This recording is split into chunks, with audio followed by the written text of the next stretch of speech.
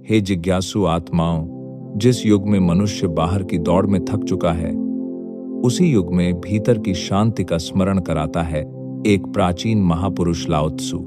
वे न तो राजमहलों में रुके, न वाद विवाद के मंचों पर उतरे। वे तो मौन में बोले और उनके मौन से ही दाव प्रकट हुआ। लाओ त्सु कहते हैं, जो स्वाभाविक है वही सत्य है, और जो सत्य है वही शाश्वत है।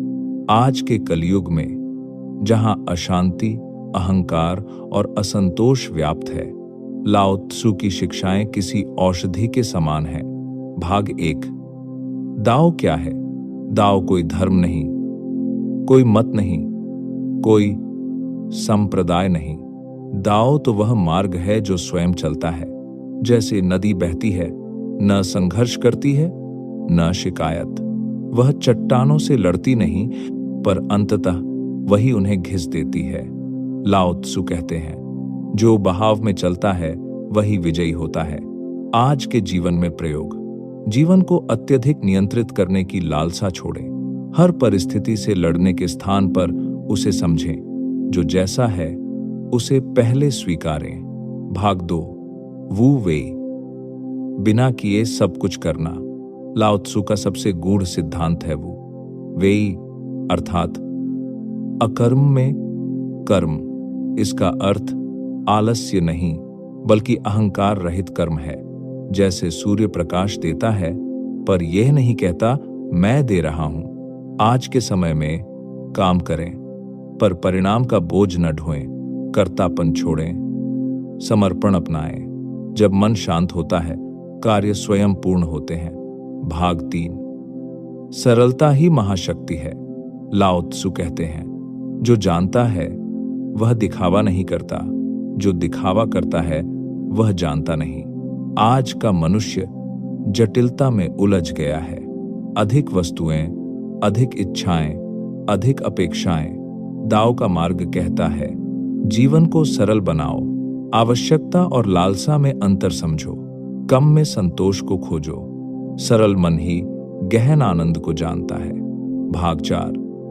मौन और खालीपन का रहस्य। लाओ त्सु कहते हैं, घड़ा मिट्टी से नहीं, उसके खालीपन से उपयोगी होता है। आज हम शब्दों से भरे हैं, विचारों से भरे हैं, पर भीतर रिक्तता नहीं है।